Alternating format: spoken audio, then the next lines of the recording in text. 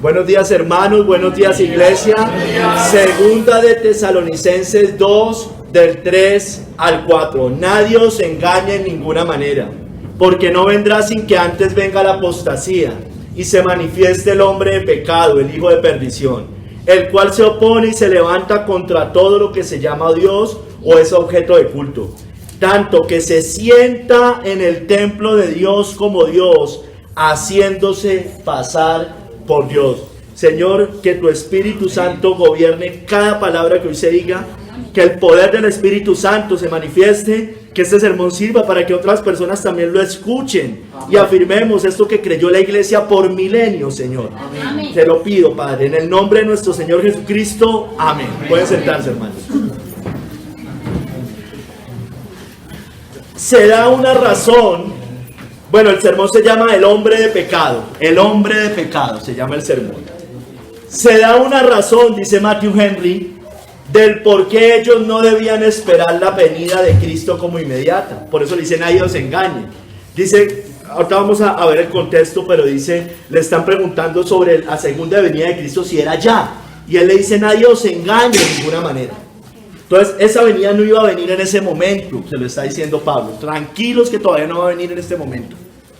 Primero, tendría que haber una gran caída, la que ocasionaría el levantamiento del anticristo, el hombre de pecado. Ha habido grandes debates sobre quién o qué se entiende por esto, hermanos. Por el hombre de pecado, quién es el hijo de perdición, quién es el anticristo, quién es la bestia. Bueno, el hombre de pecado no solo practica, todavía no se los voy a, ya sé que ya lo sabemos, pero ahorita lo vamos a ir desarrollando. El hombre de pecado no solo practica el pecado, hermanos, también promueve y comanda el pecado y la maldad en los demás. Es el hijo de perdición porque está dedicado a destrucción, hermanos. Es el instrumento para destruir a muchos, de cuerpo y alma. Como Dios estuvo en el templo antiguo, allá en el templo de Jerusalén, y allí lo adoraban, ahora está el Señor en su iglesia y con ella. Y de la misma manera, el anticristo, aquí mencionado, es un usurpador de la autoridad de Dios sobre la iglesia cristiana y reclama honores divinos. El anticristo debe salir de la iglesia, hermanos. El anticristo no es un judío. El anticristo no es un musulmán que practica los musulmanes. O si no, no sería apostasía, hermanos. Eso hay que dejarlo claro. Sale, se forma en la iglesia y sale de la iglesia. Hermanos, pero hay tres formas de entender este tipo de profecías y que van relacionadas con el Apocalipsis. El futurismo. ¿Qué dice el futurismo? Que el anticristo o el hombre de pecado es una figura desconocida en el futuro. Eso es una falsedad, hermanos. Eso es una falsedad. Eso lo cree el dispensacionalismo. Ellos dicen que después del rapto secreto de la iglesia, que es tan secreto que ni siquiera existe en la Biblia, después de ese rapto secreto, se va a manifestar el anticristo. Falso. Y algunos, tristemente, dentro de la reforma, aunque no sean dispensacionalistas, creen en un hombre, en una figura desconocida en el futuro. Hay otra postura, otra forma de interpretarlo, y es el preterismo, pasado, pretérito, pasado. Y es que ese anticristo se manifestó en el año 70, en tiempos de Nerón, y era el mismo Nerón. No, yo creo que Nerón era un tipo de anticristo, pero no era el anticristo. Muchos lo creen, también dentro de la reforma, y sobre todo muchas corrientes postmileniales. Pero nosotros, ¿qué creemos? Y esto fue lo que creyó la iglesia por siglos, hermano. Y así interpretaron estas profecías. Pero, hermano, como siempre hay nuevas revelaciones y la gente empieza a cambiar lo que la iglesia siempre creyó. Es el historicismo. Es que el anticristo ya lleva siglos y se manifestó. Y ahorita lo vamos a ver. Es el papado histórico, hermano. Ese es el hombre de pecado, ese es el anticristo. No es un solo papa, no, es el papado. Es la sucesión de papas cuando se cae el imperio romano y se levanta el poder papado. Ahorita lo vamos a ver, hermano. Eso fue una postura unánime por siglos. Llámese amilenial, llámese posmilenial, llámese premilenial. puritano, reformador, prerreformador, todos, hermano, unánimemente creían esto. No creo que el Espíritu Santo se haya equivocado, dando luz unánime de una doctrina a toda la iglesia por más de 1 milenio, hermanos. Hoy vamos a ver 3 capítulos, hermano. Primer capítulo, vamos a ver la manifestación de ese hombre de pecado. Vamos a ver cuándo se manifiesta el hombre de pecado. En el segundo capítulo vamos a ver el hombre de pecado.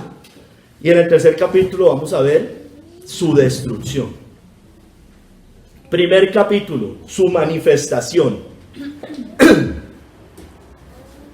Nadie os engañe en ninguna manera, porque no vendrá sin que antes venga la apostasía y se manifieste el hombre de pecado, el hijo de perdición. Cristo, hermanos, no iba a volver en ese momento. Sí podía, pero no iba a volver en ese momento. Debía primero venir la gran apostasía a la cristiandad, y manifestarse el hombre de pecado. Para ello debía ser quitado en medio algo que detenía esa manifestación, hermano.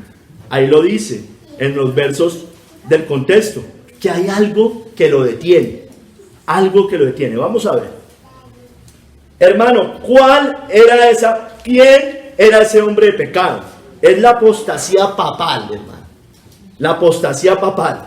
Fue una apostasía general de la fe en el siglo IV y se manifiesta en ese momento el anticristo, la bestia, el hombre de pecado, el papado. Se manifiesta allí. Dice, por ejemplo, John Hill: nadie os engañe en ninguna manera. Es decir, venía hablando de que por espíritu, por palabra, por carta, como si dijera que el día del Señor ya está cerca. Eso usted lo puede leer en el verso anterior. Había cosas, hermanos, dice John Hill, que debían suceder antes de la venida de Cristo y que no habían pasado en ese momento y que tomarían un tiempo para que pasaran. No, porque no vendrá sin que antes venga la apostasía. Es decir, la apostasía del evangelio, hermano. No puede ser un musulmán. El musulmán, si bien es un hombre condenado, en esencia no está apostatando de la fe. Tiene que nacer del cristianismo, hermano. Es una apostasía de la pureza de las doctrinas de la Biblia, del culto, de sus mandamientos. No se refiere a los judíos, dice John Hill, que profesaron fe, algunos judíos de la iglesia primitiva que pudieron haber profesado fe en su momento, pero que se apartaron. En el libro de Hebreos se muestra eso, pero no se refiere a esa gran apostasía. O cristianos común y corriente, cristianos entre comillas, que se volvieron gnósticos, dice John Hill. Algunos decían eso. Hermanos, esto es una apostasía más general en los tiempos del papado, dice John Hill, cuando no solo las iglesias orientales fueron pervertidas y corrompidas por Mahoma y atraídas al Islam también en ese tiempo, sino cuando las iglesias occidentales fueron corrompidas por el hombre de pecado, el cual introdujo herejías en la parte doctrinal, innovación en sus ordenanzas, doctrinas nuevas, y mezcló judaísmo, paganismo y cristianismo. Eso hace el papado, hermano. Eso es Roma, hermano. Por eso es una ramera. Mezcla todo. Este abandono general continuó hasta los tiempos de la Reforma Protestante, y es lo que Pablo menciona en 1 de Timoteo 4:13, cuando se muestran unos principios papistas. Dicen: prohibirán comer ciertos alimentos, prohibirán casarse. Eso lo hace Roma, hermano. Siempre lo ha hecho. Es parte de sus dogmas, de hecho. Esto debía preceder a la venida de Cristo junto con que se manifieste el hombre de pecado. Es decir, la apostasía y el hombre de pecado aparecerían juntos. Ahora oculto, pero obrando secreto. No se refiere al hombre de pecado al diablo. Y el diablo, si bien es la personificación del mal y es el adversario de Dios, de Cristo y de su pueblo, y el diablo también busca ser adorado, no se refiere al diablo. Tampoco se refiere al emperador, dice John Gill, a Calígula, a Nerón, que si bien eran hombres perversos y se erigían como dioses, tampoco se sentaron en el templo de Dios. Mire lo que dice, hermano, esto lo dijo hace 4 siglos. Él dice, tampoco es esta fábula de los papistas, y escuchen, mire la fábula de los papistas, que va a ser un judío engendrado del diablo, nacido de una virgen de la tribu de Dan, que reinará 3 años y medio y después será destruido por Jesucristo. Eso es pura fábula papista, y eso lo enseña el dispensacionalismo, y ya lo habían identificado hace 4 siglos. Hermanos, se refiere, dice John Gill, a una sucesión de hombres, a la jerarquía romana, que son falsos cristos. Cada sacerdote, cuando hace el voto, y usted y yo lo sabemos y lo hemos dicho miles de veces acá, cada sacerdote toma un juramento. Él es alter Cristo, otro Cristo, es anticristo. Monjes, frailes, sacerdotes, obispos, arzobispos, cardenales, pero especialmente los papas, hermano, que bien pueden ser llamados el hombre de pecado, pues son notoriamente pecadores. No solo pecadores, dice John Gill, es el pecado mismo, el papado. Sumideros de pecado, monstruos de iniquidad, maldades espirituales en lugares altos, porque se erigen como rey sobre la tierra, como reyes sobre la tierra. No es fácil contar sus impiedades, adulterios, incesto, sodomía, rapiña, asesinato, avaricia, simonía, perjurio, mentira, nigromancia, familiaridad con el diablo, idolatría, brujería, etc. Todo eso existe en Roma. Es una cueva de demonios, hermano.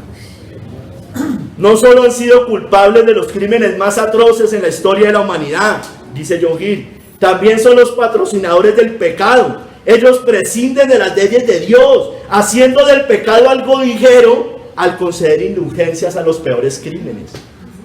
Ven el pecado ligero y creen que echando una moneda o pagando una misa pueden ser liberados del infierno y de la ira de Dios. Permitiendo casas de burdeles. Eso es lo que es Roma, eso fue en tiempos de la Reforma y eso sigue siendo hoy, eso no ha cambiado. Y aprobando toda clase de maldades. Por eso lo que sigue es el hijo de perdición, la causa de la perdición eterna de miles de almas. En Apocalipsis 18 vemos que él hace mercancía con esclavos y almas de hombres. Apocalipsis 18:13. Destinado, es el hijo de perdición porque es destinado a destrucción eterna junto con el diablo y el falso profeta al lago que arde con fuego y azufre. Apocalipsis 20:10. Es el mismo carácter dado a Judas el traidor, hermano, hijo de perdición. Pero hermanos, vamos al verso 5 al 8, ahí en 2 de Tesalonicenses 2. Vamos a ver qué detenía al hombre de pecado, cuál era ese obstáculo que además era conocido por los oyentes de Pablo. Dice, vosotros sabéis que lo detiene. Ellos sabían que estaba deteniendo esa manifestación.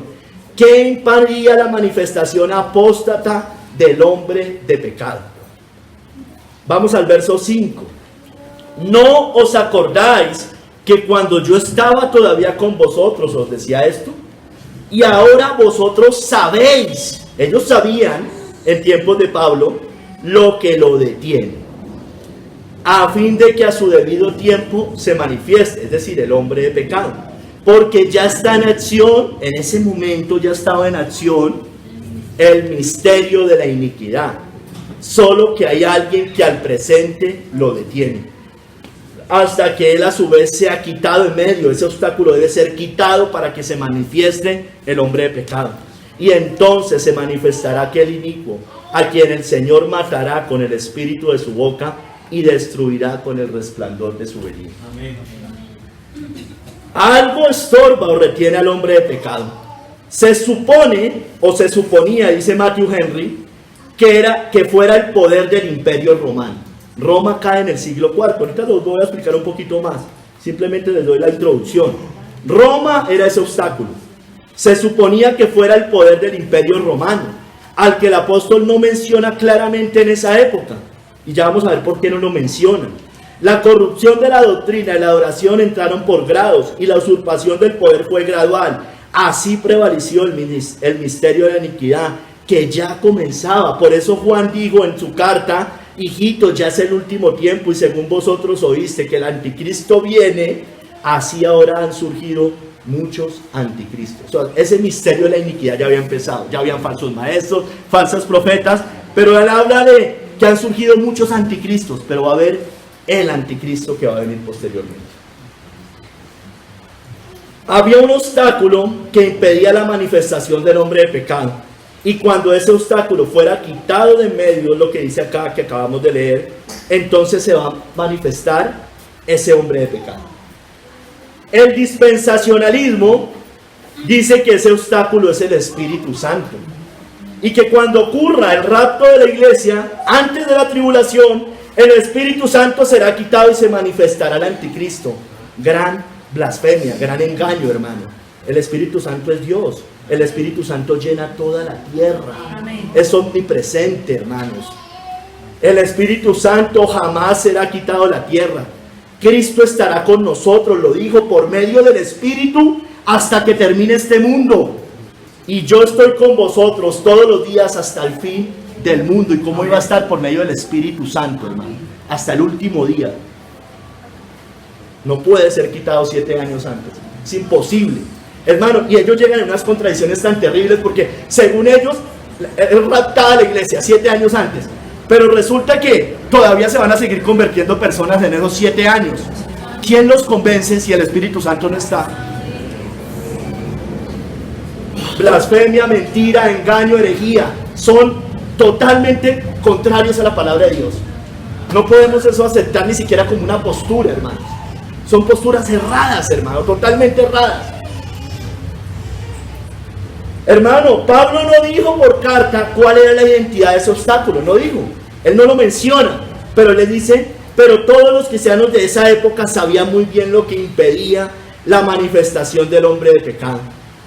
Por eso le dice allá en el verso 5, creo 5-6, vosotros sabéis lo que lo detiene, a fin de que a su debido tiempo se manifieste. No lo dijo por escrito, lo dijo solo de palabra. No quedó plasmado en la Biblia el impedimento, o sea, lo que impedía la manifestación del hombre de pecado. Ese obstáculo no queda plasmado en las Escrituras. Por tanto, usted y yo debemos ir también a otras fuentes cristianas para entender esto. ¿Sí me entienden? No quedó plasmado, pero había algo que todos sabían. Entonces debemos ir a los padres de la iglesia, a la historia, para saber ellos qué enseñaron a los discípulos del apóstol Juan, a los discípulos de Pablo, a la iglesia, para ver ellos qué era lo que entre ellos hablaban. La enseñanza de todos los padres de la iglesia de los primeros 4 siglos, sin excepción, escúcheme bien, es que dicho obstáculo que impedía la manifestación del hombre de pecado era el emperador de Roma y su gobierno imperial. Ahorita les voy a leer algunas citas. No es como también dicen los católicos que es un papa malo, que es el que impide la manifestación de otro papa más malo. O bueno, no, más bien, un papa bueno que impide la manifestación de un papa bueno que impide la manifestación, o sea, una bestia buena, un anticristo bueno.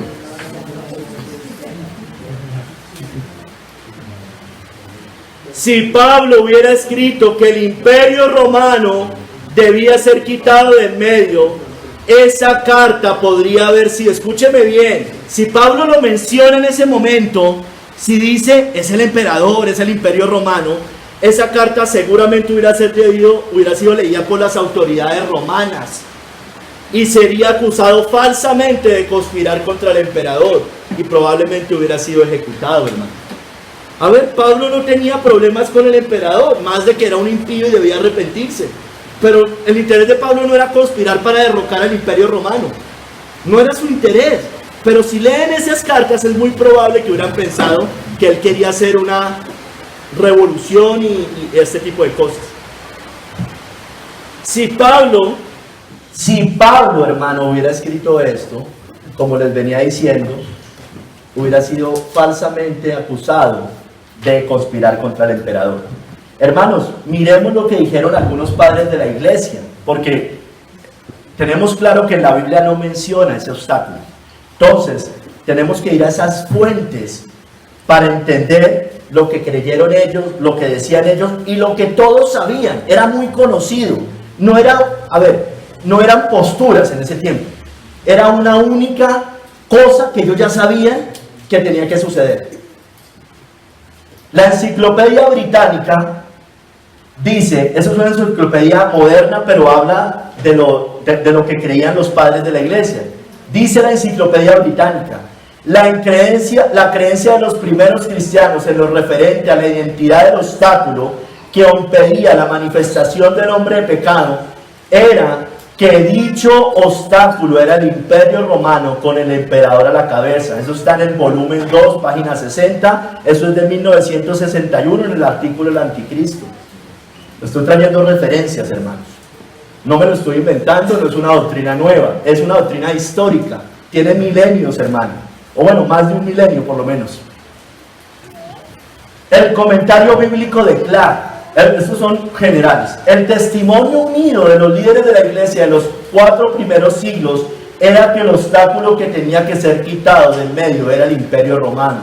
Es una nota sobre 2 Tesalonicenses 2, que es lo que estamos leyendo hoy. Jerónimo, un padre de la iglesia, aludiendo a Roma, dijo estas palabras.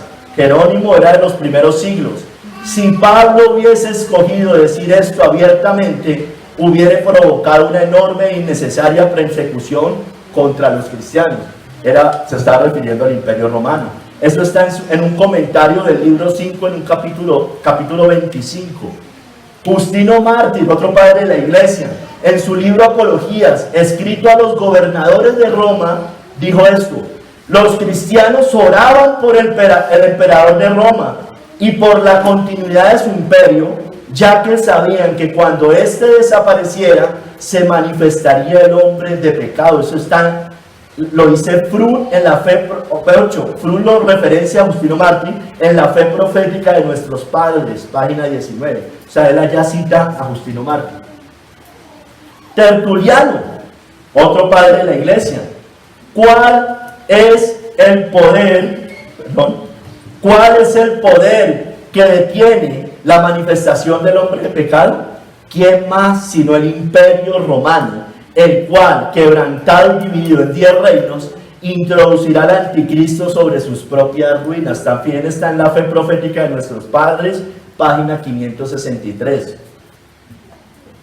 Ambrosio de Milán dijo que el obstáculo era el Imperio Romano y el emperador, y que después que fuera quitado del medio el César de Roma, se manifestaría el hombre de pecado. Está en un libro que se llama Newton, página 463.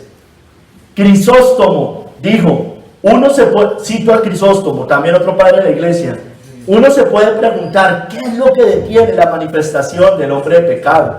El Imperio Romano. El Imperio Romano, responde.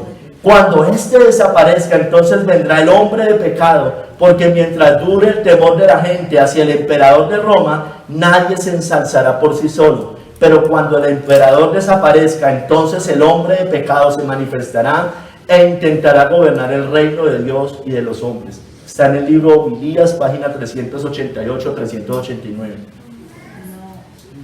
Hay un comentario exegético y explicativo de la Biblia en el tomo 2. Es un comentario de estos tiempos, pero comenta lo que creyeron ellos. El romanismo, como precursor del anticristo, fue restringido de esa manera por el emperador romano, que es el representante del poder coercitivo de ese momento, hasta el tiempo cuando Constantino transfirió la sede del imperio a Constantinopla. El obispo romano gradualmente se elevó al primado. Está en la página 547 del tomo 2. Eliot, que es un historiador eclesiástico, dijo esto: tenemos el testimonio unido de los padres antiguos desde Ireneo, el discípulo del discípulo de Juan, imagínense, hasta Crisóstomo, inclusive a Jerónimo, asegurando todos que la clave estaba en el poder imperial que gobernaba y residía en Roma. Está en un libro que se llama Hora Apocalíptica, libro E, página 92. Hermanos, esto dijeron los padres de la iglesia. Y eso siguieron diciendo prereformadores reformadores y puritanos, hermanos. Hermanos, cuando el Imperio Romano de Occidente desapareció en el siglo V IV, y el último de sus emperadores fue quitado, solo hubo un poder en el mundo que ocupó el lugar de los Césares romanos: el poder papal. Eso ya lo estoy diciendo yo. El Papa de Roma, hermanos, es el sucesor directo de los antiguos emperadores romanos. Él reemplazó en Roma el poder monárquico de los Césares, incluso llevando su mismo título pagano: Pontífices Máximo. Todos saben eso. Era el mismo título que tenían los emperadores: Máximo Pontífice, así se le llama hoy, es conocido. Era el poder religioso y político de los Césares romanos lo que impedía que otro poder, como el papal, ocupara su lugar en Roma. Mientras el César siguiera gobernando el imperio, el Papa no podría ocupar su lugar. El César tenía que ser quitado de en medio. El César era lo que impedía la manifestación del hombre de pecado. Cuando Constantino trasladó su sede imperial a Constantinopla, todos lo conocemos en la historia, el obispo de Roma, recuerden que se dividen entre Occidente y Oriente, el obispo de Roma, y aquí no me refiero al Papa de Roma, sino al obispo que en ese momento quedó en Roma y el otro se fue para Constantinopla, tomó el control de Roma, aunque no aún de toda la cristiandad, pues ese dominio papal sobre la iglesia comenzó con la desaparición del César y la desintegración del Imperio Romano de Occidente en el siglo V, hermano. Hermanos, entonces el Papa de Roma se vio libre en ese momento y ocupó en Roma el lugar que ocupaban los emperadores como máximo pontífice. Se cumple, hermanos, allí la profecía de Pablo: el hombre de pecado, hermanos, el hijo de perdición, es el papado romano. Él se instaló en el templo de Dios y él se hace pasar por Dios, y eso lo vamos a desarrollar ahorita más adelante. Él se instala en el templo de Dios y él se hace pasar por Dios. Muchos dicen que Pablo utilizó el singular, hombre de pecado, entonces no puede ser muchos, y no el plural, hombres de pecado. Ellos dicen, ha habido muchos papas, no solo uno, por tanto el papa o el papado no puede ser el hombre de pecado. Tal vez un papa, pero no todos los papas. Bueno, Pablo también utilizó el singular para referirse a una clase de hombres, a los siervos de Dios. Cuando dijo toda la escritura es inspirada por Dios, dice, y útil para instruir no sé qué, a fin de que el siervo de Dios sea perfecto. Lo utilizó en singular, pero ¿se refiere a un siervo de Dios? No, se refiere a nosotros, al plural, a los hijos de Dios, hermano. Usar el singular para mostrar una colectividad es muy común, hermano, en el lenguaje. El hombre de Neandertal, los que obviamente nosotros no creemos eso, pero les estoy trayendo un ejemplo. El hombre de Neandertal se refiere a una clase de hombres primitivos y lo mencionan como singular, pero todos sabemos que son varios, son esa clase de hombres primitivos. El hombre, por ejemplo, colombiano es muy audaz. Bueno, se refiere a una clase de colombianos audaces, o que los colombianos, plural, son audaces. El sumo sacerdote, eso está en el libro de Hebreos, y lo menciona en singular, el sumo sacerdote, pero se refiere a la sucesión de sumos sacerdotes de la religión hebrea, hermanos.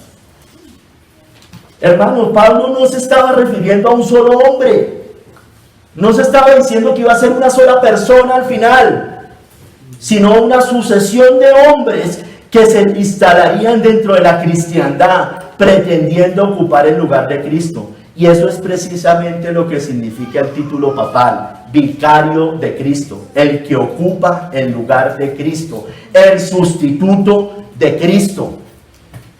Este hombre, ese sistema, es un sistema usurpador, usurpa el trono del Señor, hermanos. El hombre de pecado, sin ninguna duda, hermano, es el papado. Discernámoslo, no nos dejemos engañar. Voy a ir al segundo capítulo y les voy a dar más evidencias de que ese hombre, ese hijo del diablo, ese sistema satánico que mora donde está el trono de Satanás, es lo que la Biblia describe como el hombre de pecado. el hombre de pecado, segundo capítulo, el cual se opone y se levanta contra todo lo que se llama Dios o es objeto de culto, tanto que se sienta en el templo de Dios como Dios, haciéndose pasar por Dios. El hombre de pecado se opone a Dios, hermano. Pretende sentarse en el trono de su iglesia y hacerse como Dios. Está contra Cristo, es lo primero. Es un oponente, el cual se opone y se levanta contra todo lo que se llama Dios o es objeto de culto. Es un opositor, es el adversario de Cristo, por eso se conoce como el anticristo. Por eso el hombre de pecado sabemos que es el mismo anticristo, porque dice se opone, y eso es precisamente lo que significa la palabra anticristo, contra Cristo. Se opone en su oficio de rey, hermanos, el papado. Él se opone en el oficio de rey de Cristo. Él se autoproclama rey y cabeza de la iglesia. Se autoproclama esposo de la iglesia. Él asume el poder en el cielo y en la tierra. Y él prescinde, tiene la osadía de prescindir de las leyes de Jesucristo y hacer unas nuevas. Él se opone en su oficio sacerdotal. Recuerden que Cristo es sacerdote, profeta y rey.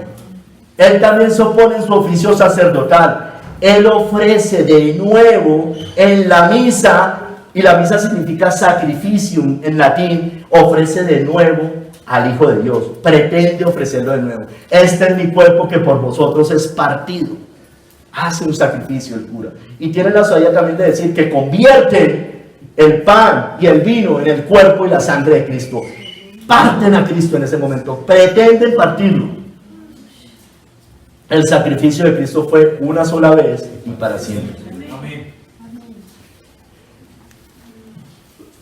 Pone a los ángeles y a los santos difuntos o al pueblo de Dios difunto o a los especiales del pueblo de Dios difuntos como intercesores y abogados.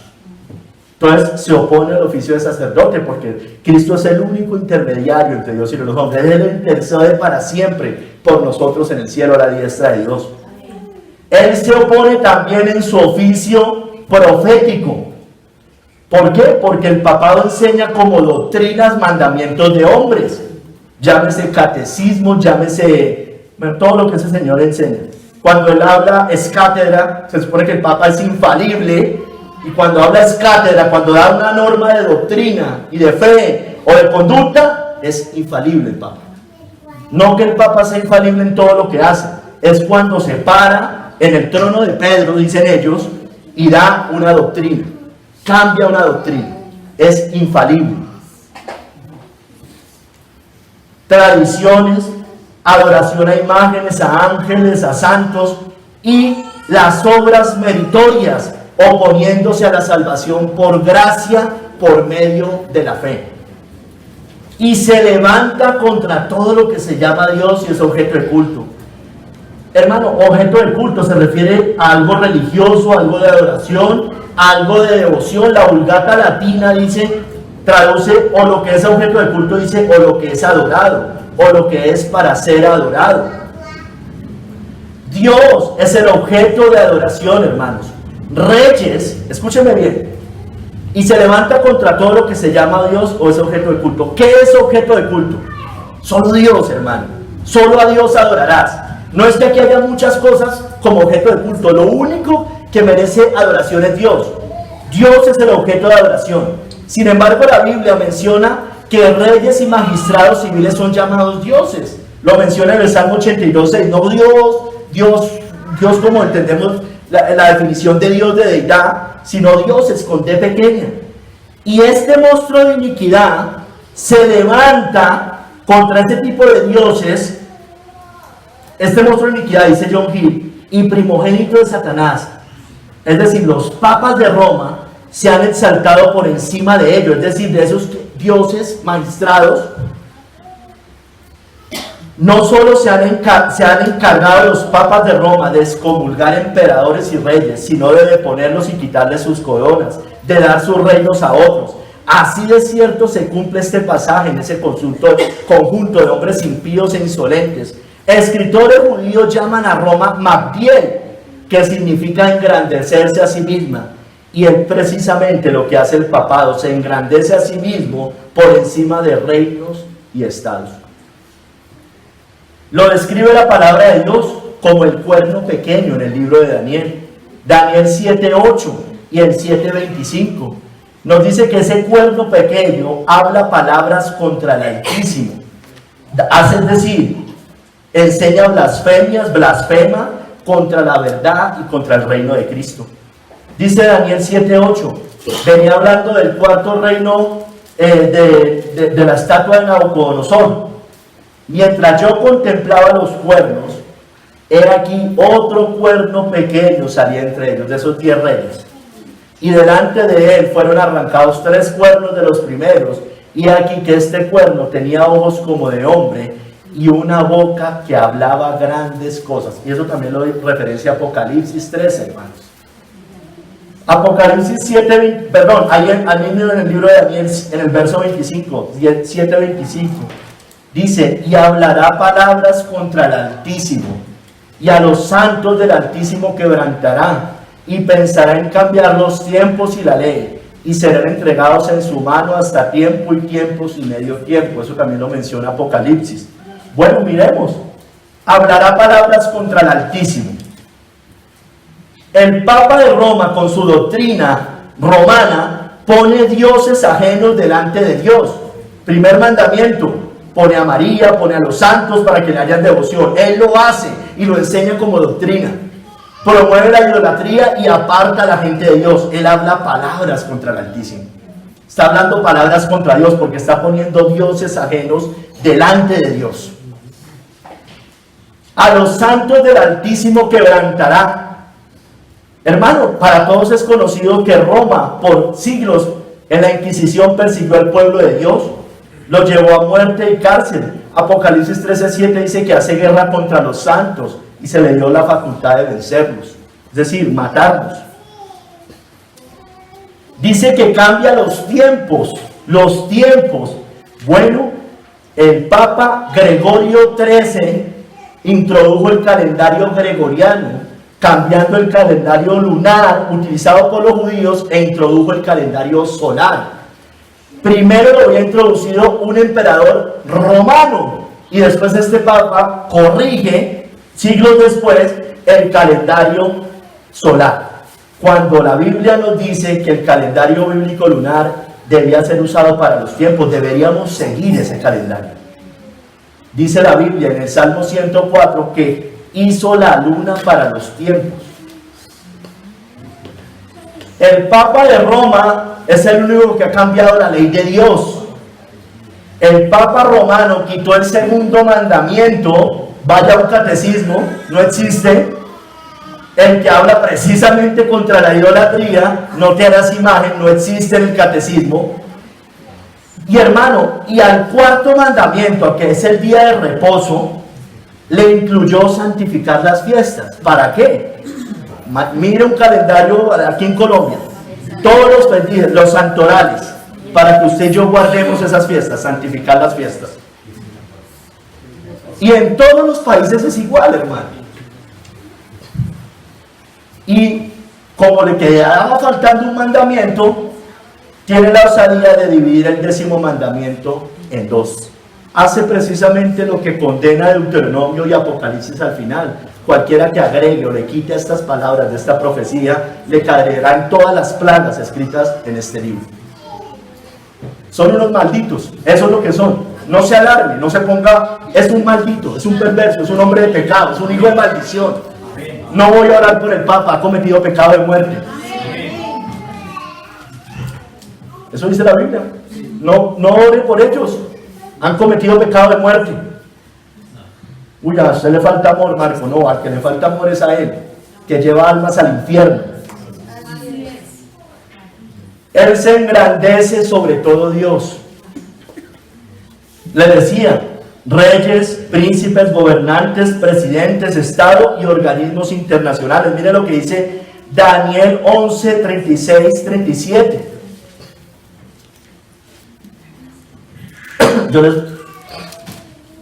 Daniel 11, 36, 37. Y el rey hará su voluntad y se ensorbecerá y se engrandecerá sobre todo Dios. Todos sabemos que aquí se está refiriendo es al anticristo, todos coinciden en eso, todos los comentaristas bíblicos. Y se engrandecerá sobre todo Dios, y contra el Dios de los dioses hablará maravillas, y prosperará hasta que sea consumada la ira, porque lo determinado se cumplirá. Del Dios de sus padres no hará caso, ni del amor de las mujeres, ni respetará a Dios alguno, porque sobre todo se engrandecerá. Hermanos, Él hará su voluntad, dice allí, se ensorbecerá y se engrandecerá sobre todo Dios. Yo ya les decía, Él se exalta sobre todos los magistrados, sobre reinos, sobre emperadores, sobre todo. El papado es independiente, Él no está sujeto a ninguna autoridad, nadie puede juzgar al papa civilmente. ¿Usted sabía eso? Se exalta sobre todo Dios, sobre reyes, los reyes le rinden honores, vaya a ver, lo visitan, sus esposas tienen que entrar con velo, van y le consultan, le rinden honores. Cuando vino el Papa aquí en Colombia, ¿qué pasó? Tapete rojo, besa las tierras que son posesión de él. Eso no pasa con el Mahatma Gandhi ni con estas personas. Con el Dalai Lama, con todas las personas.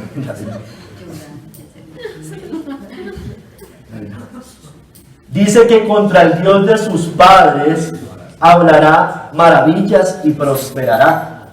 Bueno, Él es desafiante, dice blasfemias. Contra el Dios de dioses hablará maravillas y prosperará. El papado es desafiante, habla blasfemias contra Dios, tiene títulos divinos, lo vamos a ver más adelante. Enseña herejías, es seguido y respetado por millones y prosperará. Prosperará porque tiene muchos fieles, religiones se le unen, gobernantes, ateos. Es la ciudad que está sentada sobre muchas aguas, hermano, como dice Apocalipsis. Él es el mismo caballo blanco que salió para vencer en la tierra, en Apocalipsis 6:2. Y miré, y aquí un caballo blanco, y el que lo montaba tenía un arco, y le fue dada una corona, y salió venciendo y para vencer. Vence en el mundo. Se le ha dado esa potestad, hermanos, a la bestia. Y creo que ese caballo blanco no puede. Algunos dicen que ese es Cristo, porque en Apocalipsis 19 se menciona el caballo blanco cuando viene. Pero hermano, aquí es evidente que esos sellos son malos. Son todos esos sellos que usted mira, el rojo, el negro, todos son sellos malos. Esto no puede ser algo bueno. Dice que del Dios de sus padres no harán caso. Bueno, el papado, por eso es que dicen es que tiene que ser un judío. No, hermano, porque el mismo papa y todo el catolicismo romano dice seguir al Dios de Abraham, Isaac y Jacob. ¿No lo dice? Pero él lo niega con sus doctrinas. Dice del Dios de sus padres no hará caso. Lo dice seguir, pero lo niega, se opone a él. Ni del amor de las mujeres hará caso. Bueno, el celibato, hermano. Todo papa y todos estos hombres que toman juramento, existe el celibato obligatorio en la Iglesia Católica Romana para los sacerdotes y pues lógicamente para el papa. Pero hermano, mire, ¿por qué? Porque desliga de toda responsabilidad marital humana. Usted sabe que todas las herencias de ellos hacen parte de la iglesia. Hermano, y por eso ellos dicen que están casados con la iglesia. Él es el esposo de la iglesia. Hágame el favor. Ahora sabemos que son unos pervertidos, sabemos que hacen orgías, sabemos que no es que sean célibes en realidad, es por voto, pero ellos tienen sus orgías allá, todos lo sabemos. Pedófilos, homosexuales, hay de todo, hermano. Hermanos, la bestia habla grandes blasfemias. Este hombre de pecado habla grandes blasfemias contra Dios y su reino, en el cielo y en la tierra. Apocalipsis 13, del 5 al 8. Dice que también se le dio boca, que hablaba grandes cosas y blasfemias, en Apocalipsis 13, 5. Y se le dio autoridad, mire, grandes cosas y blasfemias, lo mismo que dice el libro de Daniel. Y se le dio autoridad para actuar 42 meses. Y abrió su boca en blasfemias contra Dios. Mire, blasfemias contra Dios. Lo mismo que dice Daniel, lo mismo que dice Tesalonicenses, blasfemias contra Dios. para blasfemar de su nombre y de su tabernáculo y de los que moran en el cielo, hermanos. Hermanos, blasfemias contra Dios. Bueno, tiene títulos divinos. Nadie más en la tierra se aprueba. Mire, tienen 3 títulos divinos que apuntan a la Trinidad, a la Santa Trinidad. Santo Padre, haciendo alusión al Padre. Cabeza de la iglesia, haciendo alusión al Hijo. Vicario de Cristo, haciendo alusión al Espíritu Santo. Él es un blasfemo, hermanos. Infalible, cambia la ley, ya lo vimos. Él es pastor de la iglesia universal. Ese es un título del Papa. Pastor de la iglesia universal. Y además está sentado en el trono de San Pedro, dice él. No porque Pedro tenga un trono, sino lo hacen así. Dice que habla contra su tabernáculo, es decir, la iglesia es el tabernáculo de Dios, la iglesia. Él es representada, persigue a los fieles. Mire, persigue a los fieles y los saca del reino, supuestamente, los saca. Los excomulga, los declara herejes. Pero él a sí mismo tiene una falsa iglesia llena de inconversos contra su tabernáculo y contra los que moran en el cielo, es decir, los santos que ya están allá y los ángeles también. Declara herejes a los que hoy están en la gloria eterna. Lo hizo todo el tiempo. Lo declaró herejes a los que hoy están gozando del Cordero, hermanos. Y canoniza también a santos, y a los ángeles le rinde adoración e idolatría contra los que moran en el cielo. Hermanos, el hombre de pecado se hace como Dios, tanto que se sienta en el templo de Dios como Dios, haciéndose pasar por Dios. Él se sienta en el templo de Dios. Esto es lo más, como Dios, esto es lo más blasfemo, es que se hace como Dios. Unos dicen que es el templo de Jerusalén físico, porque la Biblia lo menciona como el templo de Dios. Ellos dicen, yo no creo esto, insisto, yo no creo esto, solamente les estoy leyendo lo que dice esa postura, que es el templo de Jerusalén, que el último papa no gobernará el mundo desde Roma, sino desde un futuro tercer templo de Jerusalén, y liderará la futura religión ecuménica mundial. Este último papa verá la venida gloriosa de Cristo, será destruido con el resplandor de su venida y después arrojado al lago de fuego. Hermanos, el templo de Jerusalén no puede ser el templo de Dios. No puede ser el templo de Dios, fue derribado, fue destruido. No podemos llamar eso templo de Dios hoy. Lo fue en tiempos de Pablo, en tiempos del Antiguo Testamento. No ahorita. Ahora que probablemente instalen su religión ecuménica allá, sí creo que eso pueda pasar, sí creo, pero ahí no se está cumpliendo la profecía, es lo que le quiero decir, ¿sí me entiende? Dice John Hill, no se refiere, mire, estos hombres adelantaron a todo, eran brillantes también, no se refiere, no se sienta en el templo de Jerusalén, dice John Hill, porque el templo de Jerusalén fue destruido y nunca más será reconstruido. Por eso el dispensacionalismo está esperando un tercer templo. ¡Qué glorioso! ¿Cuál glorioso, hermanos? Y que el anticristo va a venir a profanar. Es que la blasfemia es que lo construyan otra vez. Si Cristo lo derribó, o sea, si lo construyen no es bueno. Abramos los ojos. No es bueno que reconstruyan un templo. El dispensacionalismo cree que eso es bueno y que el anticristo va a venir a profanar ese templo.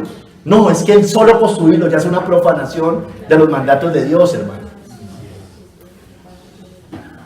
Se refiere a la iglesia de Dios, el templo de Dios viviente, como lo dice el Señor.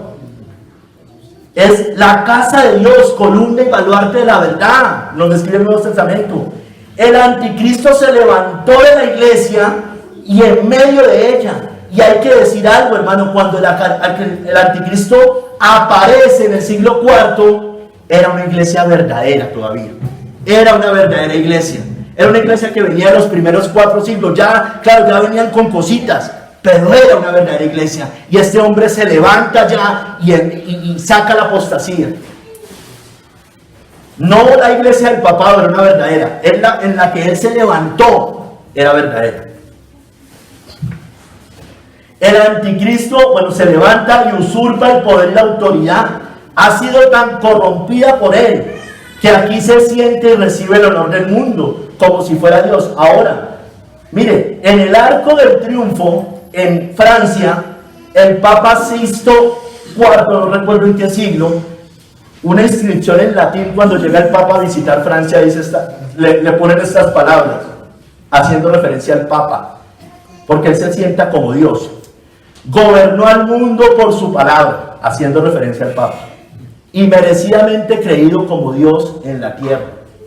Eso dicen del Papa, eso decían del Papa.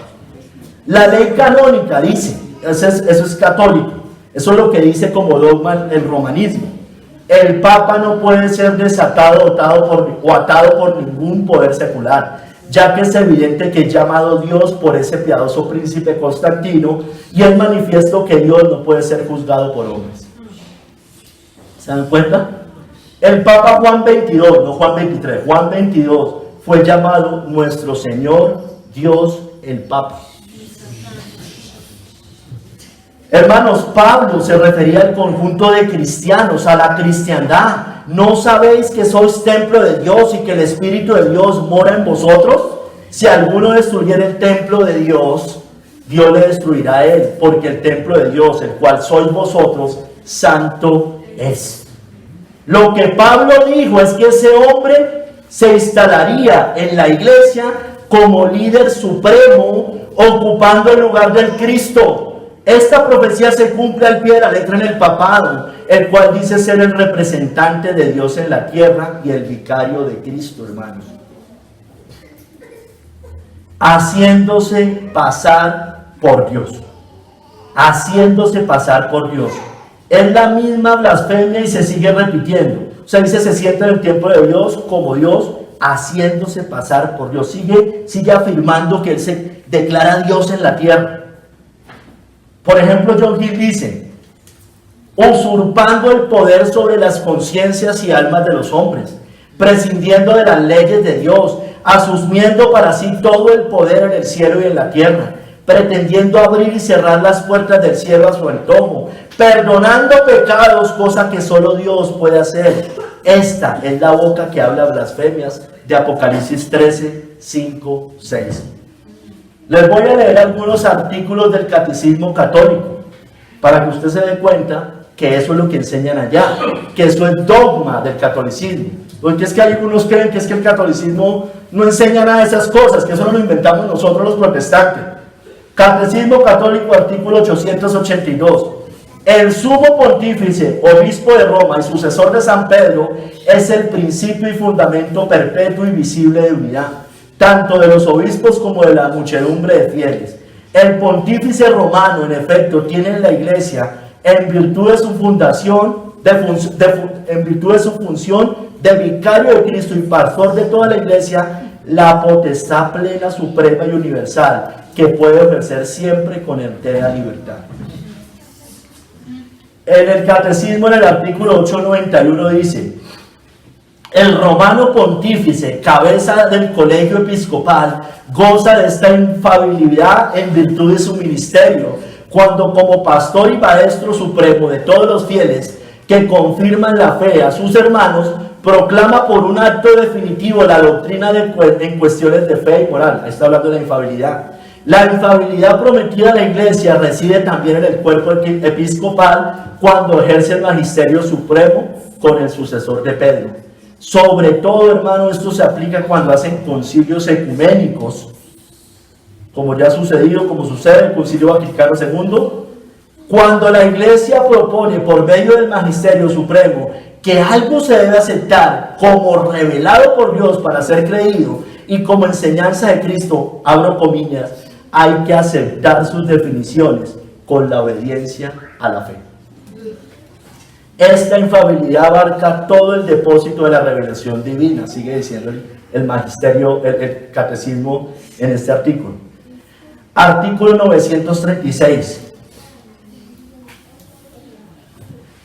El Señor hizo de San Pedro, hablando de Pedro, el fundamento visible de la iglesia.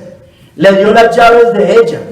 El obispo de la iglesia de Roma, sucesor de Pedro, es la cabeza del colegio de los obispos, vicario de Cristo y pastor de la iglesia universal en la tierra. En el artículo 937, el que sigue, dice: el Papa, comillas, goza por institución divina de una potestad suprema, plena, inmediata y universal para cuidar las almas. Esto lo dijo un puritano, G.A. Wiley, no sé si se pronuncia así realmente. El papismo tiene un Dios propio, que es Él, a quien la ley canónica llama el Señor nuestro Dios. Se lo leí. Tiene un Salvador propio, la iglesia, a saber. Tiene un sacrificio propio, la misa. Tiene un mediador propio, el sacerdocio. Tiene un santificador propio, los sacramentos. Tiene una justificación propia, aquella de la injusticia infusa. Tiene un perdón propio, el perdón del confesionario. Y tiene en los cielos una infalible y todo prevalente abogada desconocida para el Evangelio, María, que ellos llaman la Madre de Dios. Él presenta al mundo un aparato espiritual y salvador para los hombres, y que sin embargo ni santifica ni salva a nadie, es más, condena a los que están allá. Él luce igual que una iglesia y sin embargo no es una iglesia, es un engaño, todo engaño de iniquidad. Ay, hermano, el hombre de pecado es el anticristo. Durante más de 11 siglos, hermano, el papado fue identificado como tal. Les voy a leer otra referencia, hermano. Aquí era necesario traer muchas referencias, porque el enfoque de este sermón es que la iglesia vea que esto siempre lo ha creído la iglesia, hermanos. Esto no es doctrina nueva, esto es doctrina histórica, hermanos. Y muchos mira, a mí me da una rabia, hermano, con estos confesionales, ultraconfesionales de sus confesiones bautista, Westminster. Hermano, pero no creen esto. No creen esto.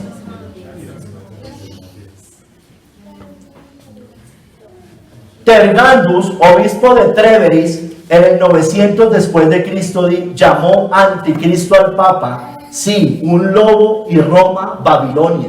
Está en el espejo de los mártires, en la edición en inglés, página 240. En el siglo X, le dije que más de 11 siglos, le estoy trayendo referencias desde el 900. En el siglo X, Arnulfus, obispo de Orleans, llamó anticristo al Papa en un consejo completo de Reims. Eso está en la historia eclesiástica de las antiguas iglesias de Piedmont. En el 1100, en el Tratado Valdense, nuestros hermanos valdenses, que fueron perseguidos por Roma, en un libro que se llama La Lección Noble, dice, cito: Anticristo, el asesino previsto de los santos, ya apareció en su verdadero carácter, sentado monárquicamente en la ciudad de las 7 colinas, en Roma, la única ciudad que está sentada sobre 7 colinas. Y ahorita no me va a salir que Jerusalén, porque eso es rodeada. Una cosa es sentada, otra cosa es rodeada. En el 1120, en un tratado sobre el anticristo, se identifica al Papa de Roma como el anticristo. George Faber identifica esto como una producción de Pedro Baldo. Eso está en la página 379 a la 384. William Tyndall, reformador, identificó al Papa como el anticristo en su tratado La práctica de prelados y en su prefacio a la edición en 1534 del Nuevo Testamento. En septiembre de 1560, el 9 de septiembre más específicamente, el pastor Jean-Louis Pascal de Calabria, antes de ser quemado ante el Papa Pío IV en Roma, dijo estas palabras: lo instruyo con cargos como el enemigo de Cristo, el perseguidor de su pueblo y el anticristo de las Escrituras. Y concluyó con la convocatoria de él y a todos sus cardenales que respondan por sus crueldades y asesinatos ante el trono del Cordero. John Wesley dice: el nombre de la bestia es la que él lleva a través de su duración total, a saber, el de Papa. El número de su nombre es el tiempo durante el cual se lleva este nombre. El que por tanto recibe la marca de la bestia es como si hubiera dicho expresamente: reconozco al papado actual como procedente de Dios. Eso hizo Andrés Corson hace 6, 7 años cuando el Papa vino. Y eso hacen todos los que le abren tapete. Dijo, eso va a ser bueno para la cristiandad, bueno para el periodo de Dios. Está diciendo que él reconoce al Papa actual como procedente de Dios. Ese hombre no viene de Dios. Así es. Durante la Reforma, hermano, cuando sale la imprenta de Gutenberg y se imprimen muchas cosas al lenguaje común, a todas las lenguas, se hizo aún más evidente para los estudiosos de la profecía bíblica que la bestia, el anticristo y la apóstata Babilonia de los misterios de los libros de Daniel y Apocalipsis ya estaba en escena, y lo había sido durante más de 1000 años. John Wycliffe, John Huss, Lutero, Melanchthon, Calvino, John Knox, Zwinglio, Spurgeon y muchos más, hermano, identificaron al papado romano como el reino del anticristo. Si todos los reformadores, hermano, reformadores, puritanos, llegaron a la conclusión, y muchos fueron muertos por decir estas palabras, y quedó plasmado en sus principales libros, escritos y confesiones históricas, ¿será que se habrán equivocado, hermanos? No creo, hermanos. ¿Será que el Espíritu Santo habrá errado al darle luz unánime a la iglesia durante tantos siglos? ¿Será que la iglesia de hoy, la más tibia, cobarde y apóstata de todos los tiempos, con todos sus nuevos teólogos, que no son más que infiltrados seguramente, tendrán la razón? ¿Cuándo el protestantismo, hermanos, abandonó esta verdad unánime? Bueno, hace como unos 40, 30 años eso empezó a pasar. ¿Por qué se dejó la interpretación historicista, la que les expliqué al principio, en el cual siempre veíamos al papado como el reino del anticristo, y se adoptó el futurismo con una figura desconocida por revelarse, o el preterismo que fue en el pasado con Nerón, las cuales cualquiera de las dos están quitando los ojos del papado? Las dos quitan los ojos del papado. El preterismo ya lo quita porque fue atrás. El futurismo lo quita porque es un papa, perdón, un papa no, es un anticristo futuro. El historicismo no, hermano. El historicismo siempre lo ve. Él es aquel anticristo. Él es el anticristo. Él es el hombre de pecado. Claro, habrá un último papa al final, que será el último. Lógico. Que es cuando esté más instaurado todo este nuevo orden mundial. Hermanos, Roma ha trabajado por siglos para desviar la atención. Yo publicaba hace unos días eso. El preterismo y el futurismo fueron inventados por jesuitas, hermanos, esas interpretaciones. Muchos libros, seminarios y sitios web hoy en día tienen mucho que decir sobre el anticristo y la ramera, y en ellos usted no encontrará una sola referencia al Papa, a Roma o al catolicismo romano. Los jesuitas, los papistas y todo su movimiento ecuménico han sido exitosos para encubrir al papado. Tercer capítulo, Cristo lo destruirá. El poder del hombre de pecado se incrementará hacia el final de los tiempos, pero será destruido con el resplandor de la venida de Cristo. El hombre de pecado ya ha recuperado el poder perdido de los últimos siglos. Su herida mortal ha sido sanada, como dice Apocalipsis 13, del 3 al 4. Mire, vi una de sus cabezas como herida de muerte, pero su herida mortal fue sanada. Y se maravilló toda la tierra en pos de la bestia. Y adoraron al dragón que había dado autoridad a la bestia. Y adoraron a la bestia diciendo, ¿quién como la bestia? ¿Y quién podrá luchar contra ella? John Hill, vuelvo y lo cito a él, la herida que recibió el anticristo en la Reforma por Lutero, Calvino y otros, y que desde entonces se ha estado curando, el papado se recuperó nuevamente en algunos países donde fue expulsado. Eso ya lo decía en el siglo XVI-XVII, y que según se cree se curará por completo antes de su destrucción. Eso es lo que están viendo mis ojos hoy, hermano. Eso es lo que estamos viendo usted y yo. La herida mortal siendo curada. No es que un papa le clavaron un cuchillo y se murió y se levantó. No, hermanos, no es eso. Eso es lo que es el dispensacionalismo. traerá de vuelta a muchos al falso traerá de vuelta a muchos del falso protestantismo a sus pies. Como dijo también John Hill en un comentario sobre Apocalipsis, la mayor parte de las iglesias reformadas caerán ante el papado y sus países volverán a caer en manos del papa. Mire todo lo que pasa con el movimiento ecuménico. Y eso cuando empezó a verse aún mayormente manifestado, a partir del Concilio Vaticano II, hermanos. El Concilio Vaticano II tiene 4 puntos importantes que cambiaron. El primer punto que cambió fue el diálogo interreligioso, pues de ahí nace el movimiento ecuménico. Ya no somos herejes, sino que somos hermanos separados los cristianos. Otro de los puntos no tan importante, o por lo menos sí influye, es la presencia de la iglesia en los medios de comunicación. Es decir, para ellos proclamar su evangelio, su propio evangelio, su falso evangelio al mundo de hoy, y reforzar el rol de los laicos. El tercer punto que cambia es la liturgia en la misa, con el Novus Ordo, que significa que antes la misa se leía en latín, ahorita se puede hacer en lenguaje común. Y el cura ya no se pone de cara al público, de espaldas al público, sino de cara al público.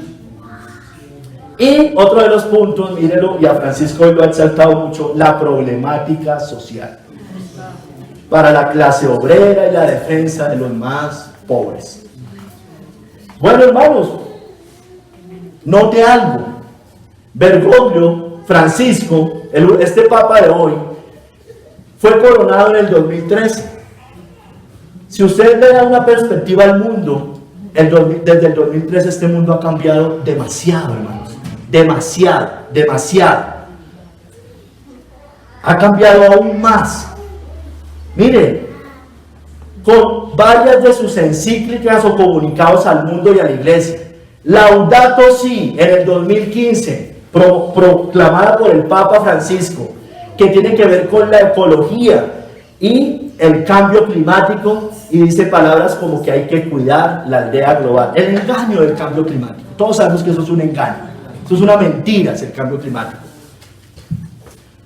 La aldea global. Por eso nos van a cobrar impuestos, por eso a usted no le van a dejar producir en su tierra, porque es que son reservas forestales. Jesucristo dijo, no podré yo hacer lo que quiera con lo mío. Permiso hasta para cualquier cosa, hermano. Fratelli Tutti 2020 habla de la fraternidad humana, del capitalismo inclusivo. Acuérdense que le hablé de la problemática social arriba. Y dice que la propiedad privada pasa a ser un derecho de segunda categoría. Mi Biblia dice que es de primera categoría, está dentro de los 10 mandamientos. No robarás, no codiciarás lo del prójimo. Socialismo, comunismo, estado de bienestar, todo eso promovido por el Papa. Capitalismo inclusivo. El Pacto Global Educativo, creo que también en el 2020, aquí tengo más la fecha, habla del nuevo humanismo, el nombre de la bestia, el número de hombre, 666. Todo esto, hermano, acorde a la Agenda 2030, hermano. Y toda la Agenda 2030 habla del clima, del cambio climático, la agenda progresista, socialismo, LGBTI. Dice el Papa, yo no soy quien para juzgarlos a los homosexuales. Bueno, yo sí soy quien, usted también es quien. Podemos juzgarlos. Juzgamos con justo juicio. No te echarás con varón como con mujer, eso es abominación. Y estamos juzgando. Hasta a Lutero le levantó una estatua hace como unos 2 o 3 años. ¿Recuerdan? Ya no es hereje Lutero. Lo que dice el Papa es lo que dice el mundo. Con la inyección experimental habla del amor al prójimo. Y hermanos, así mismo, esta carta se me olvidó buscar dónde fue que él firmó. Pues no se me olvidó, se me pasó, no la encontré, la había visto en el pasado. Firma en una de sus cartas, no como vicario de Cristo, sino como obispo universal del mundo. Yo no sé si él ya se quitó ese título completamente de vicario de Cristo, no creo, tal vez firma de las dos maneras, como obispo universal del mundo. Ya abarca más que la cristiandad, hermanos. El hombre de pecado es tan perverso que aún va a traicionar a su propia iglesia, porque él cambia hasta las herejías de Roma, o sea, son herejías las de la iglesia ramera, pero las va a cambiar y las tuerce aún más. Y los 10 cuernos que viste en la bestia, estos aborrecerán a la ramera y la dejarán desolada y desnuda, y devorarán sus carnes y la quemarán con fuego. Esos 10 cuernos le dieron autoridad a la bestia. Amigo cristiano, ¿usted subestima el poder del papado? Porque hay personas que lo subestiman. Usted les dice eso y subestiman el poder. Dicen, ese viejito, ¿qué va a hacer? ¿Eso qué? Usted tiene ese mismo pensamiento de Bergoglio con esas encíclicas o cosas de esas. Hay muchos que todavía son de ideología progresista, socialista, del cambio climático. Menos mal aquí nadie estudió cosas de esas parecidas. ¿Usted se terminará rindiendo ante todo esto? ¿En usted se cumplirá eso que dijo John Hill de volver a sus pies? ¿Quedará desolado y desnudo? Bueno, Cristo lo destruirá al papado cuando vuelva. Él será destruido con el resplandor de la venida de nuestro Salvador. Mire, verso 8 al 12. Y entonces, allá en la segunda Tesalonicenses. Y entonces se manifestará aquel inicuo a quien el Señor matará con el espíritu de su boca y destruirá con el resplandor de su venida. Inicuo cuyo advenimiento es por obra de Satanás, con gran poder y señales y prodigios mentirosos, y con todo engaño de iniquidad para los que se pierden, por cuanto no recibieron el amor de la verdad para ser salvos. Por esto Dios les envía un poder engañoso para que crean la mentira, a fin de que sean condenados todos los que no creyeron a la verdad, sino que se complacieron en la injusticia. La caída del Estado anticristiano, dice Matthew Henry, está declarada. La pura palabra de Dios con el Espíritu de Dios denunciará este misterio de la iniquidad y en su debido momento será destruido por el resplandor de la venida de Cristo. Hermanos, esto, dice él, concuerda exactamente con el sistema del papado y la iglesia de Roma con sus papas romanos. Hermanos, Cristo es la cabeza de la iglesia y él no permite, hermanos, que nadie usurpe su trono. El hombre de pecado será destruido.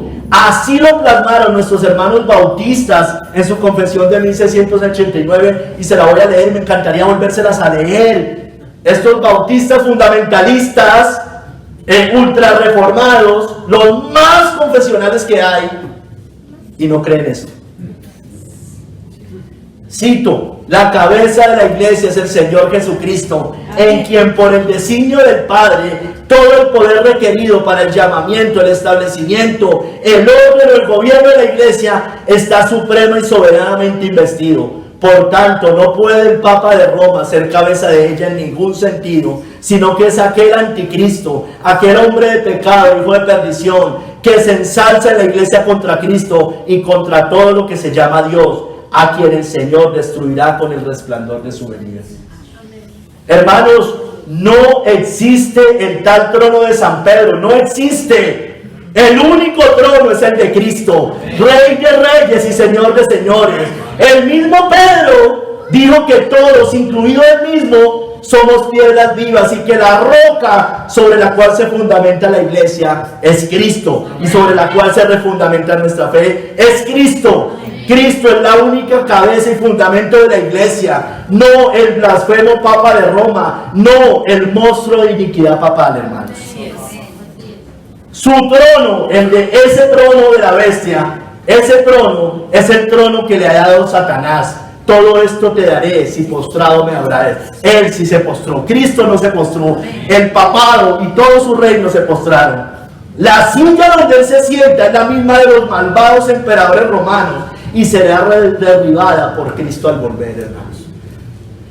Ay, hermanos, Él busca la adoración y que todos se rindan a sus pies, pero esta es solo para Cristo. A este perverso lo exalta Satanás y su reino, a Cristo lo exaltó el Padre. Incluso este maldito hombre de pecado se rendirá ante el Cordero, por lo cual también Dios lo exaltó hasta lo sumo y le dio un nombre que es sobre todo nombre, para que el nombre de Jesús, en el nombre de Jesús, se doble toda rodilla de los que están en el cielo y en la tierra y debajo de la tierra, y toda lengua confiese que Jesucristo es el Señor, para gloria de Dios Padre, hermano. Amén. Solo hay un Rey, solo hay un Señor, solo hay un Salvador, solo hay una cabeza de la iglesia. Amén.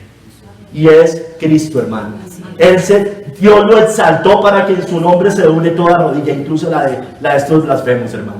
Y se doblarán ante Él, hermano. Amén. En el cielo y en la tierra. El Papa pretende exaltarse sobre el cielo y sobre la tierra. Hermanos, Cristo volverá en un caballo blanco, con su ropa teñida en sangre, el Verbo de Dios con sus ojos como llama de fuego, con sus ejércitos celestiales al lado. El Rey de Reyes y el Señor de Señores apresará a este maldito y lo lanzará vivo al lago de fuego. Y la bestia fue apresada, y con ella el falso profeta que había hecho delante de ella las señales con las cuales había engañado a los que recibieron la marca de la bestia y habían adorado su imagen. Estos dos fueron lanzados vivos dentro de un lago de fuego que arde con azufre. Hermanos, el Cordero, Cristo lo vencerá a este y a todos los reyes que se le rindieron, porque su destino es la perdición. La bestia que era y no es también el octavo y es de entre los 7 y va a la destrucción, a la perdición. Pelearán contra el Cordero y el Cordero los vencerá, porque Él es Señor de señores y Rey de reyes, y los que están con Él son llamados y elegidos y fieles. Amigo, ¿usted es laxo con el papado? ¿Usted es indiferente con el papado? ¿Usted es un tibio hablando contra el papado? ¿Usted está incómodo por todo lo que yo estoy diciendo? Bueno, usted va a ser engañado, se lo digo. Usted va a creer a la mentira. Usted se va a complacer en la injusticia. Usted va a ser destruido por Jesucristo. Usted va a ser seducido con sus lisonjas. Cuidado, porque con lisonjas seducirá a los violadores del pacto. Mas el pueblo que conoce a su Dios se esforzará y actuará. El pueblo que sabe quién es Cristo, el pueblo que sabe lo que son las doctrinas de la palabra de Dios, el pueblo que sabe lo que es la verdadera iglesia, jamás será seducido por el papado, jamás irá a hacer visitas al Papa como hacen estos falsos maestros hoy, jamás se reunirán los luteranos que ya se reúnen con el Papa, Alex Campos, Marcos Witt, todos estos blasfemos, malditos, porque pertenecen a esa ramera. Todos haciéndole venias allá. Todos haciéndole venias. Cuando estuvo acá el Papa en el 2013, Darío Silva de Casa sobre la Roca le dio la bienvenida. Buenas noticias en su revista Hechos y Crónicas. Usted la puede revisar en el 2013, creo que fue esa venida. O el 2000, bueno, no me acuerdo. En esa fecha. Buenas noticias. Visita del Papa Francisco a Colombia. ¿Sabe qué dice mi Biblia? Todo aquel que no persevera entre la doctrina de Cristo no tiene a Dios. No lo recibáis en casa ni le digáis bienvenido, porque el que le dice bienvenido participa de sus malas obras. Andrés Corson, hermano, en una entrevista, no me acuerdo si fue en RCN o en Caracol, en ese mismo momento, dijo que eso iba a ser una bendición para el pueblo de Dios. Luis Palau, hermano, cuando nombran al Papa, Luis Palau, el argentino, dijo que el Papa era cristocéntrico que meses después consagró el mundo a María. Billy Graham dijo de Juan Pablo II que era el mayor evangelista después del apóstol Pablo, después de Cristo. Él es el caballo blanco, ese anticristo, que se pasea por el mundo con un disfraz de paz, pero es un hombre que habla blasfemias. Cuidado, pastor, cuidado. Usted que no lo denuncia, usted que no dice nada. El hombre de pecado ya fue manifestado. Su apostasía y herejías han embriagado al mundo por siglos. Cuidado, no se deje engañar. Nadie os engañe en ninguna manera, porque no vendrá sin que antes venga la apostasía y se manifieste el hombre de pecado, el hijo de perdición, el cual se opone y se levanta contra todo lo que se llama Dios o es objeto de culto, tanto que se sienta en el templo de Dios como Dios, haciéndose pasar por Dios. Señor, te doy gracias. Te pido por favor, Padre, que nos vuelvas a afirmar en estas cosas, en esta doctrina, Señor. Ayúdanos a entender que el verdadero enemigo y la cabeza de todo este imperio del mal, Señor, está allá, allá en Roma, Señor, allá en esa ciudad de las 7 colinas. Mira, Padre, ayúdanos a ver, a discernir todo. Todos estos finalmente son títeres de este blasfemo, de este imperio del mal, Señor. Ayúdanos, ayuda, despierta a tu pueblo, Señor. Despierta a tu pueblo. No podemos ser laxos con el enemigo principal de Cristo, con el anticristo, con el hombre de pecado que se exalta contra Dios, contra tu Hijo, contra el Espíritu Santo.